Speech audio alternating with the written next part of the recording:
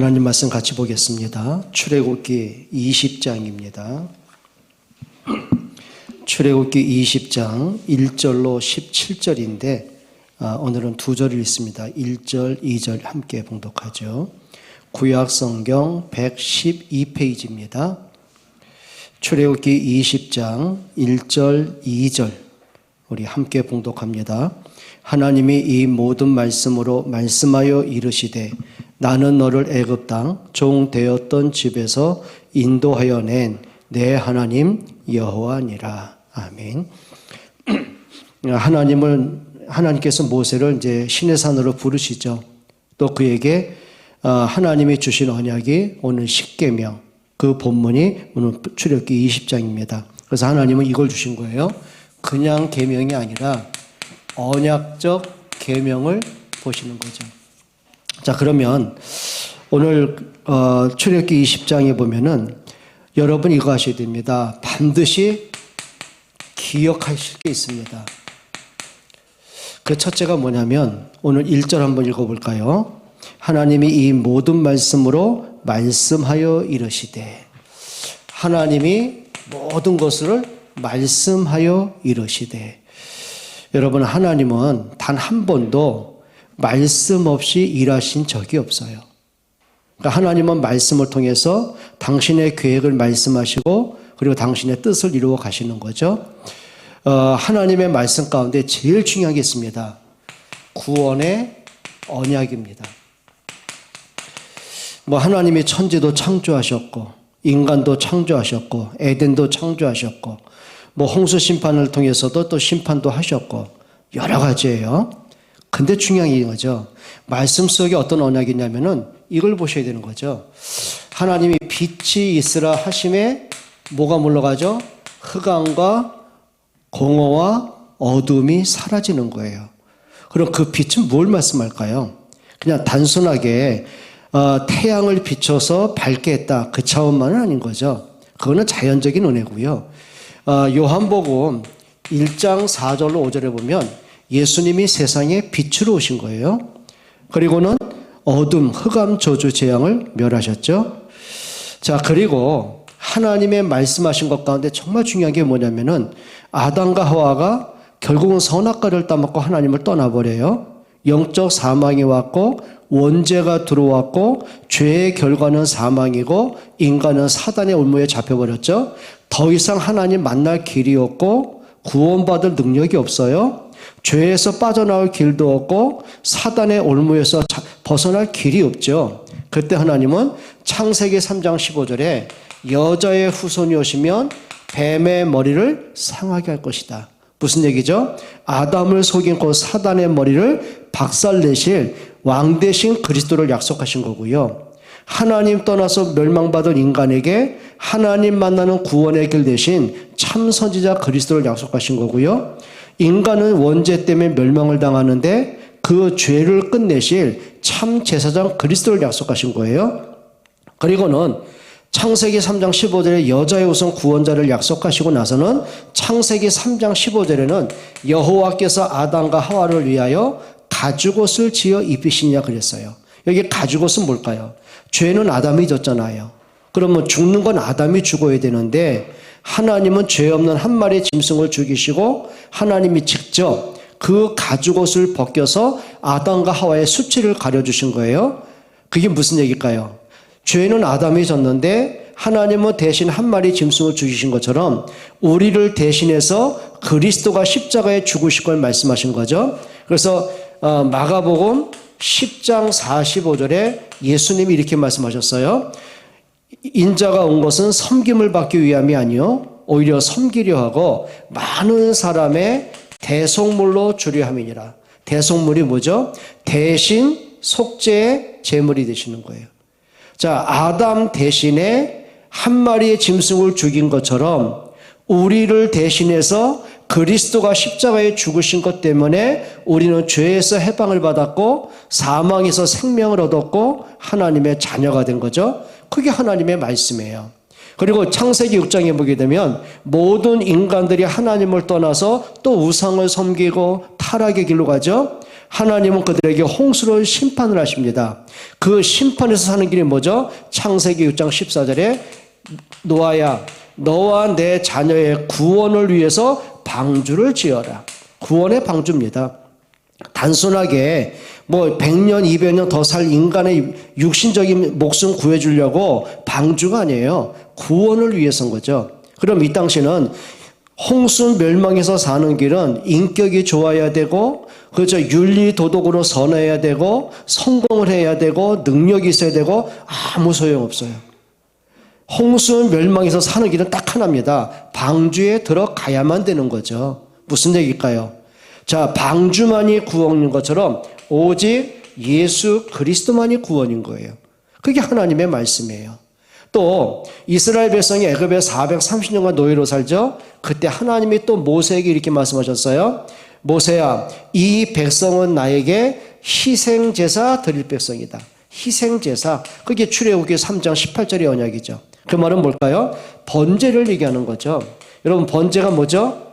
자, 한 마리 하나님 앞에 양이나 소를 가지고 그 하나님께 대신 제물로 바친 거예요. 죄는 내가 졌잖아요. 그럼 내가 죽어야죠.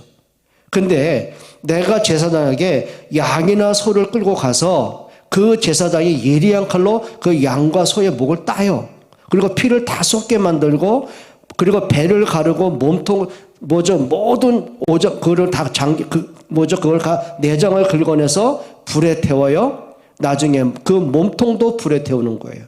그럼 이제 느끼는 거죠. 참 내가 범한 모든 죄가 이렇게 처참하게 죽어야 되는데 하나님은 나를 대신해서 희생 제물을 드리게 하셨구나. 그게 번제라는 거예요. 무슨 얘기일까요? 예수님이 십자가에서 물과 피를 다 쏟으셨어요. 그렇죠. 39대 채찍을 맞고, 그리고 가시면류관으로 쓰시고, 그 다음에 양손과 양발에 대못을 박히시고 옆구리에 창을 받으셨죠. 그리고 성경에 보면 예수님의 물과 피가 다 쏟아지더라. 그 희생제물은 뭘 얘기할까요? 그리스도의 십자가의 죽음을 얘기하는 거거든요. 그때 6월절 양의 피 바른 그날에 바로가 항복을 하고요. 430년 동안에 노예된 저주에서 그들이 빠져나옵니다. 그게 출애굽의 기적입니다. 그 언약의 완성으로 누가 오신 거죠? 마태복음 1장 21절에 아들을 낳으리니 그 이름을 예수라 하라. 이는 저가 자기 백성을 죄에서 구원할 자이심이라 하니라. 그 구약의 하나님이 구원의 언약을 약속한 대로 그리스도가 이 땅에 사람으로 오셨어요. 우리는 그분은 마태복음 16장 16절 예수님을 그리스도라고 말하는 겁니다. 그리스도가 뭡니까? 자, 하나님 만나는 구원의 길을 여셨고, 그분의 십자가의 죽음 때문에 우리가 죄에서 해방을 받았고, 그분의 부활하신 능력으로 사단의 머리 박살났고, 우리에게 생명이 주어진 거죠. 그래서 반드시 기억합니다. 하나님은 말씀을 통해서 다른 거 얘기 안 해요. 무슨 역사를 말하고 인물을 말하고 윤리와 도덕을 강조하고, 그거는 세상에서 지킬 일이지 하나님의 강조는 그게 아니에요. 그러니까 언제든지 하나님의 말씀은 구원의 언약을 주셨어요. 자, 2절이 그걸 뒷받침하죠. 한번 보세요. 나는 너를 애굽 땅 종 되었던 집에서 인도하여 낸 내 하나님 여호와니라. 누구라고요? 나는 너를 애굽에서 구원한 하나님이다, 그 말입니다. 구원의 하나님이죠. 그래서 하나님이 우리를 구원하기 위해서 구약에는 늘 양의 피를 통해서 죄사함을 말씀하셨어요. 그래서 구약에는 내가 메시아 보내겠다, 그게 구약 성경입니다. 구약에는 다른 거 없어요. 내가 메시아 보낼 거야, 그게 구약, 그게 옛 약속이에요. 그럼 신약은 뭘까요? 그분의 십자가의 능력으로 우리가 생명 얻었죠. 그래서 신약은 뭐냐면 새로운 약속. 그 말은 뭐죠? 하나님이 구약 성경에 약속한 대로 그분이 그리스도로 오신 거예요. 그래서 요한복음 20장 31절에 이렇게 결론 내립니다. 오직 이것을 기록한 하나의 목적. 뭐죠? 성경, 창세기부터 요한계시록까지 성경을 기록한 하나의 목적이 있습니다. 뭐 역사를 얘기하고 인물을 얘기하고 어떤 기적을 강조하고 그게 아니고, 성경을 기록한 하나의 목적은 예수가 그리스도이심을 믿고, 그렇죠? 믿고 그 말이에요. 영생을 얻게 하려 함이니라. 그래서 하나님은 말씀을 통해서 그리스도를 약속하셨고 그리스도가 말씀대로 오신 거죠. 그래서 고린도전서 15장 3절로 4절에 바울이 이렇게 말합니다. 성경대로 오시고 성경대로 죽으시고 성경대로 부활하시니라 라고 한 거예요. 여러분에게 정말 예수가 그리스도이심이 확인되기를 축원합니다. 그리고 오늘 출애굽기 20장을 통해서 반드시 기억할 것 중에 하나가 있어요. 그게 뭐냐면요, 하나님의 주신 계명과 그 언약을 반드시 기억을 하셔야 돼요. 그 첫째가 뭐냐면, 자, 우리가 10계명을 이렇게 두 가지로 크게 봐야 돼요. 하나는 뭘 봐야 되냐면은 1계명부터 4계명까지, 그리고 두 번째가 5계명부터 10계명까지입니다. 자, 1계명부터 10계명은 뭐냐면 하나님과 나와의 관계를 얘기하는 거예요. 그리고 5계명부터 10계명은 뭐냐면 구원받은 성도들이 사랑과 우리와의 관계를 얘기하죠. 그래서 하나님 앞에서 지킬 언약, 사람 앞에서 내가 지켜야 할 행동들, 이게 10계명, 그게 두 가지가 나오는 거예요. 자, 그 중에 1계명이 뭐냐면 나 외에 다른 신을 두지 마라. 나 외에 다른 신을 두지 마라. 그 말은 뭐죠? 창조주는 단 한 분이십니다. 그렇죠? 인간을 하나님의 형상대로 만드신 분은 단 한 분이십니다. 그러면 예배의 대상도 단 한 분이십니다. 그걸 말씀하는 거죠. 그리고 4절에 뭐라고 하냐면은 너희가 내 이름으로 우상도 만들지 말고 온갖 형상 만들지 말라 그랬어요. 그 말은 뭐냐면 하나님 이렇게 말씀하는 거죠. 야, 돌로 깎아 만들고 나무를 깎아 만든 그것이 생명이 있냐? 그럼 너희가 생명 없는 그 돌 앞에 나무 앞에 빌고 경배하는 건 뭐냐 도대체? 이게 하나님의 판단이거든요.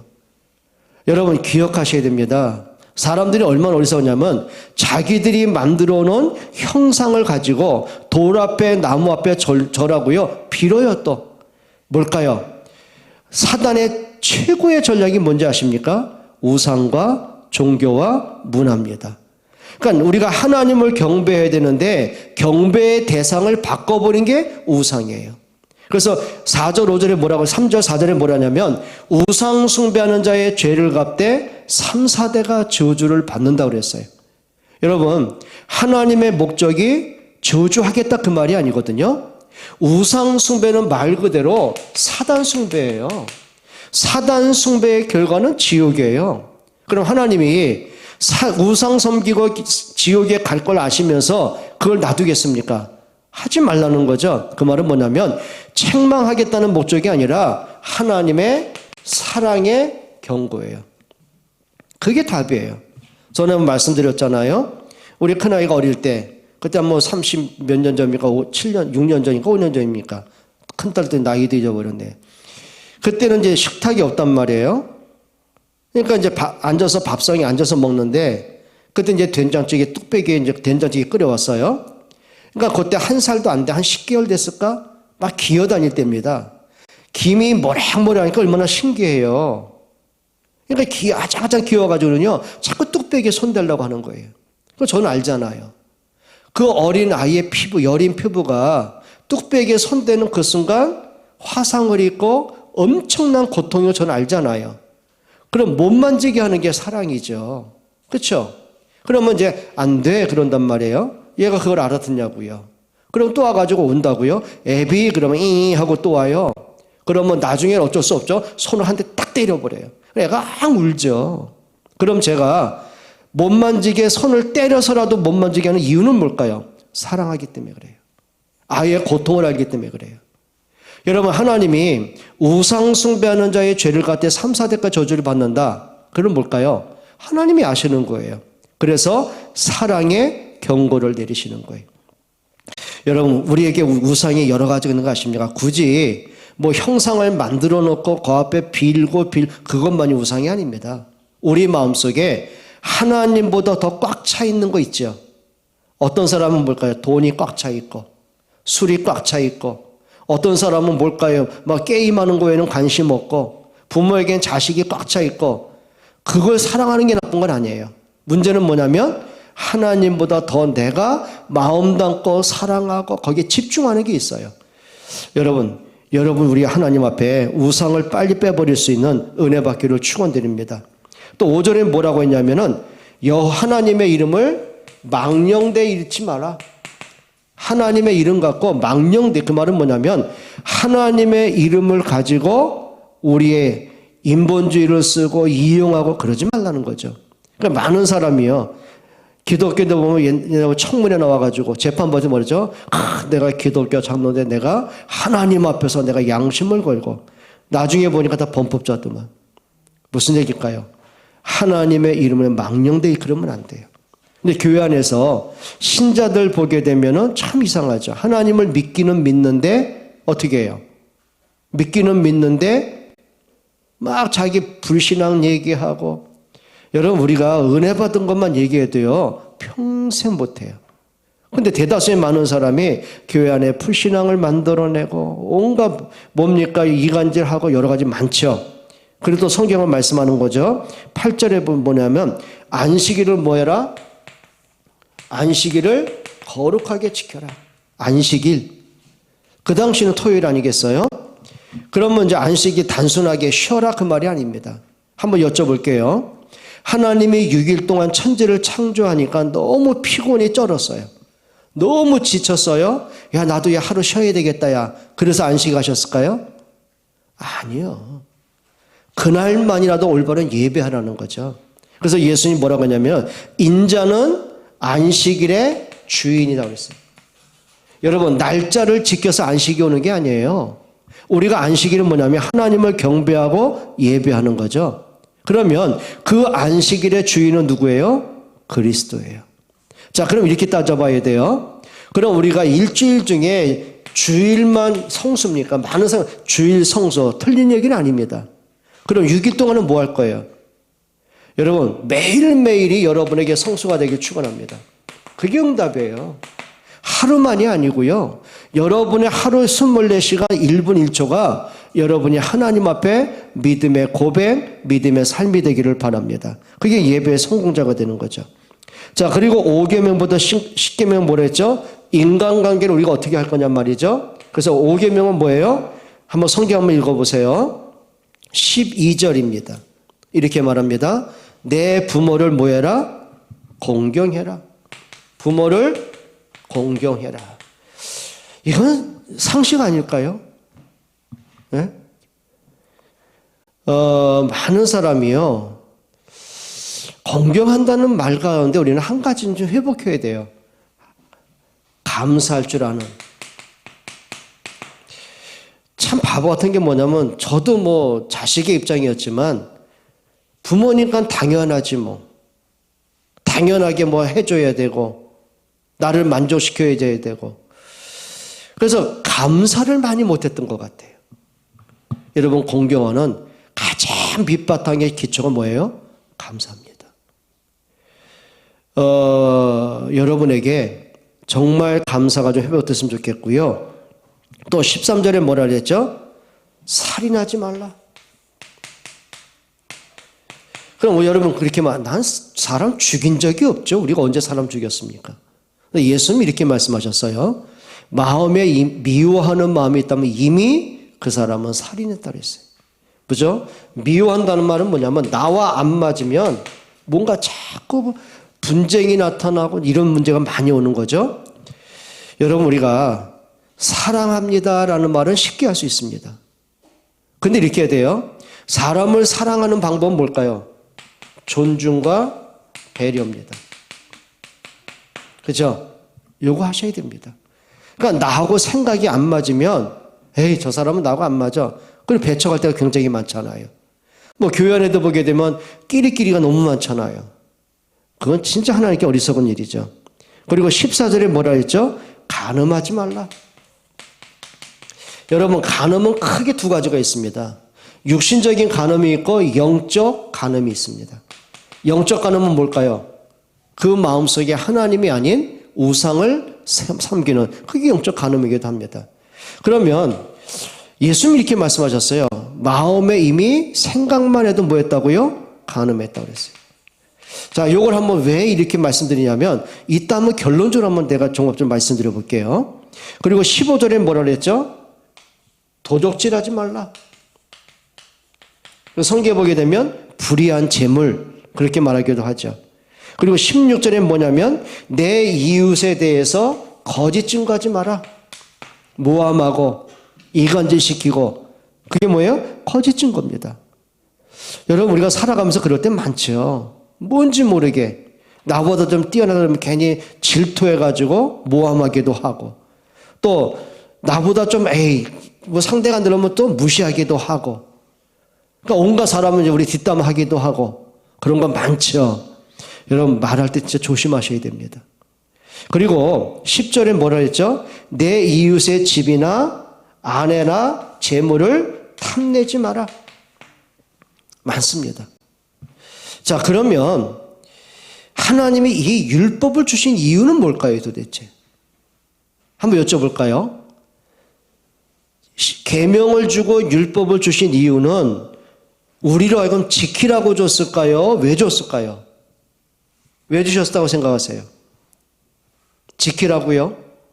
당연히 그것도 맞는 거예요. 그럼 한 가지 더 여쭤볼게요.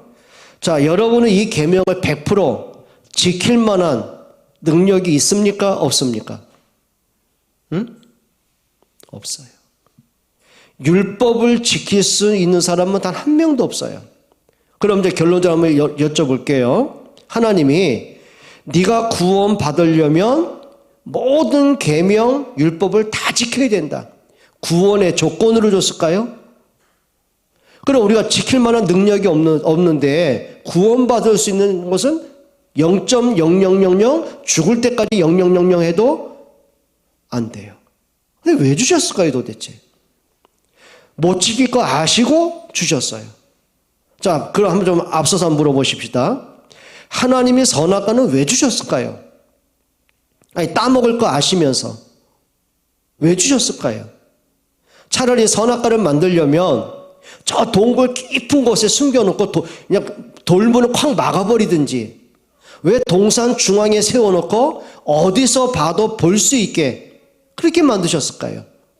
왜 그랬을까요? 그게 뭔지 아십니까? 그게 원시 계명이에요.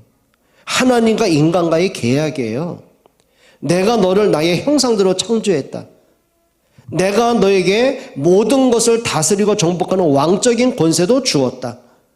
그리고 너에게 신적인 지혜도 주었다. 근데 중요한 건 너는 창조주가 아니고 피조물이야. 네가 행복한 것은 에덴에 살기 때문이 아니고 하나님을 만나고 예배할 때문에 행복한 거야.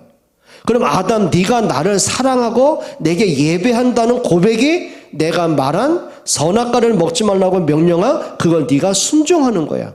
그래서 성경에 뭐라 했죠? 순종이 제사보다 낫다고 말한 거예요. 말 잘 듣는 게 순종이 아니에요. 하나님이 이 말씀을 내게 왜 주셨을까? 생각하고 마음에 담고 그걸 내가 기준으로 삼고 그게 순종하는 거예요. 그래서 하나님은 오늘 십계명의 출애굽기 20장에서만 계명 준 게 아니고 에덴 동산에서도 계명을 주신 거예요. 자, 그러면 이렇게 한번 보자고요. 하나님이 율법을 주신 목적은 뭘까요? 이걸 한번 찾아봐야 될 거 아닙니까? 그 첫째가 뭐냐면요. 하나님께서 인간을 사랑하고 보호한다는 그 차원이에요. 아까도 말씀드렸잖아요. 예를 들면 부모가 이제 자녀들 밖에 나갈 때 길 조심해, 차 조심해. 그 말은 뭐죠? 그냥 경고하는 게 아니고요. 사랑의 경고예요. 다치면 안 되니까. 애들이 뭐 알고서 놉니까? 그냥 무조건 뛰어다니는데 그 말은 뭐냐면 부모님이 경고하는 것은 따끔한 게 아니라 사랑이에요. 하나님이 오늘 율법을 주신 것은 너 안 지키면 죽어 그게 아니라 사랑의 메시지를 주신 거예요. 또 로마서 7장 7절 한번 볼까요? 자, 성경 몇 군데 한번 찾아보고 마치겠습니다. 로마서 7장 7절입니다. 같이 읽겠습니다. 로마서 7장 7절입니다. 다 같이요. 그런즉 우리가 무슨 말을 하리요? 율법이 죄냐? 그럴 수 없느니라. 율법으로 말미암지 않고는 내가 죄를 알지 못하였으니 곧 율법이 탐내지 말라 하지 아니하였더라면 내가 탐심을 알지 못하였으리라. 무슨 얘기일까요? 율법이 아니면 이게 죄인지 아닌지 분별할 힘이 없는 거예요. 그럼 율법은 뭐냐면 이거죠. 올바로 분별해라. 네 감정대로 본능대로 할 게 아니고 올바로 분별해라. 그리고 네가 육신의 타락으로 틀린 생각으로 무조건 가지 말고 브레이크 잡아라. 틀린 거라면 어떻게 해야 돼요? 브레이크 잡아야 되는 거예요. 그게 율법의 기준이에요. 자, 더 중요한 게 있어요. 로마서 3장 20절 한번 보세요. 로마서 3장 20절 한번 보세요. 같이 읽겠습니다. 그러므로 율법의 행위로 그의 앞에 의롭다 하심을 얻을 육체가 없나니 율법으로는 뭘 깨달아요? 죄를 깨닫게 하는 거예요. 무슨 얘기죠? 아, 나는 참 이렇게 연약한 존재구나. 내가 율법을 지키려고 하면 할수록 난 지킬 능력이 없는 거구나. 뭘 깨닫는 거죠? 나의 영적인 상태를 보는 거예요. 그러니까 성경이 그거예요. 율법으로 뭘 본다고요? 내가 죄인됨을 깨닫게 되는 거예요. 그래서 성경이 뭐냐면 죄가 많은 곳에 은혜가 더 크니라 그랬어요. 그런데 예수님이 뭐라 그랬죠? 자, 의사는 누구에게 필요해요? 병든 자에게 필요한 거고 인자는 죄인들을 위해 오셨다고 말씀하신 거예요. 이렇게 보는 거죠. 율법을 가지고 나를 보면 볼수록 또 내가 율법 지키려고 몸부림을 치면 칠수록 나는 지킬 능력이 없구나 이게. 어쩔 수 없는 죄인이구나. 나는 하나님의 은혜가 아니면 안 되는 거구나. 뭘 보게 만드는 거죠? 그리스도를 보게 만드는 거예요. 그래서 성경이 뭐냐면 믿음의 주여 온전케 하는 그리스도를 바라보라 라고 말씀한 거죠. 또 율법을 주신 목적 마지막 더 중요한 게 있습니다. 마태복음 5장 17절 한번 보세요. 마태복음 5장 17절입니다. 같이 읽겠습니다. 마태복음 5장 17절 읽겠습니다. 내가 율법이나 선지자를 폐하려 온 줄로 생각하지 말라. 폐하러 온 것이 아니요 완전하게 하려 함이라. 뭐예요? 나는 율법을 지킬 능력이 없어요. 율법으로 보면 나는 죄인이에요. 죄인은 반드시 사망이고 멸망이에요. 죄의 삭은 사망이에요. 그런데 그리스도가 오셔서 십자가의 죽으심으로 내가 지킬 수 없는 모든 율법을 완성하신 거예요. 무슨 얘기죠? 하나님이 그리스도로 율법을 완성하셨다. 그 말은 뭐죠? 내가 율법 아래인 죄인인데 그리스도의 십자가의 능력으로 내가 하나님 앞엔 죄인이 아니고 의인이에요. 그래서 성경이 이렇게 말하죠. 오직 의인은 믿음으로 말미암아 살리라. 자, 또 성경 보겠습니다. 로마서 10장 4절입니다. 로마서 10장 4절 같이 읽겠습니다. 로마서 10장 4절입니다. 다 같이요. 그리스도는 모든 믿는 자에게 의를 이루기 위하여 율법의 마침이 되셨느니라. 뭐예요? 그리스도가 율법의 마침이 됐어요. 율법이 없어진 게 아니라 율법의 마침은 뭐죠? 나는 지금까지 율법으로 봤을 때는 정말 철저한 죄인이고 하나님 만날 생명 얻을 자격도 없어요. 근데 그리스도가 십자가에 죽으시고 부활하심으로 그 모든 율법의 마침이 되신 거예요. 자, 한 군데만 더 볼게요. 갈라디아 3장 11절 보세요. 갈라디아 3장 11절입니다. 같이 읽겠습니다.